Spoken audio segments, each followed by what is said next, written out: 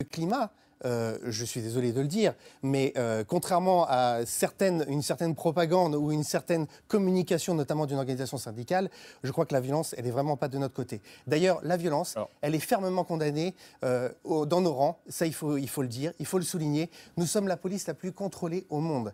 Nous avons 4 organismes de contrôle. Je ne connais pas aucun ministère qui est autant contrôlé que nous. On va y venir justement, Stanislas Godon. En même temps, la violence, ça peut aussi arriver. Peut-être que l'un des changements aujourd'hui, c'est que tout se filme, justement, et y compris la violence policière, Nadia. Oui, exactement. Donc les violences policières sont documentées par des journalistes, par des passants, par des manifestants qui ont un téléphone portable. Et c'est grâce à ça qu'on dispose aujourd'hui d'une séquence qui est assez sidérante, qui a été tournée sur la place de la République dans la nuit du jeudi 28 avril. Un réalisateur qui s'appelle Mathieu Barrère, il faisait des repérages place de la République avec son ingénieur du son, assiste à ça. Il est 1h37 du matin, donc des CRS ont évacué la place, ils ont procédé à plusieurs interpellations de manifestants.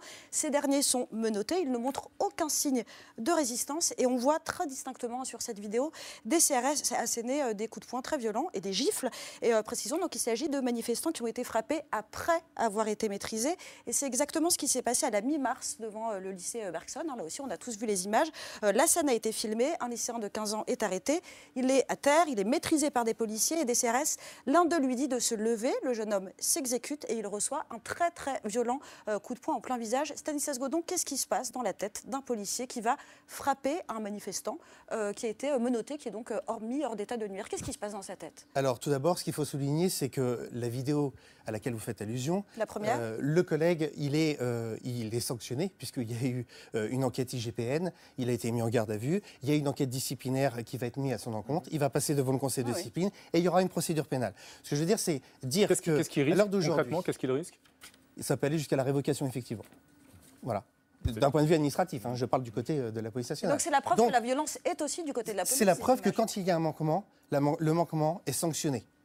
Tout simplement. Quand on a des preuves, on quand on a des images. On ne peut pas en dire autrement, justement, de la part des casseurs, puisque la difficulté, c'est qu'eux, ils ne comparaissent pas, notamment. Non, mais ou très peu. Vous concentrez le propos sur les casseurs, je ne suis pas d'accord. Je veux dire, les manifestants qui étaient hier, le 1er mai, et qui étaient en tête de cortège, c'était des vieilles dames qui ont été obligées de se protéger des gaz, c'est des familles, c'est des gens parfaitement ordinaires, ce ne sont pas des gens qui passaient à la violence et qui refusaient d'être séparés, je le répète, du reste du cortège. Donc là, vous êtes en train de faire... C'est un rideau de fumée. Je voudrais insister sur une chose. Moi, ce qui me semble symptomatique dans le type de violence qu'on observe aujourd'hui, c'est que c'est une violence qui est installée dans les pratiques depuis très longtemps. Les jeunes qui habitent dans les quartiers arabes et noirs savent très bien ce que c'est que la violence policière ordinaire. Et donc, elle est en train, je pense qu'elle est en train de devenir... Il y a une extension du domaine de la répression et de la pratique de la violence donc là, par la police. Les images qu'on voit, c'est de la faute de la police. C'est ça alors, la plupart du temps, très sérieusement, oui, je pense qu'effectivement, il y a des instructions, je ne sais pas pourquoi, mais l'idée, c'est quand même de réprimer, le mouvement. Complot vu du côté de la non, police, c'est pas un complot, ce sont des ordres.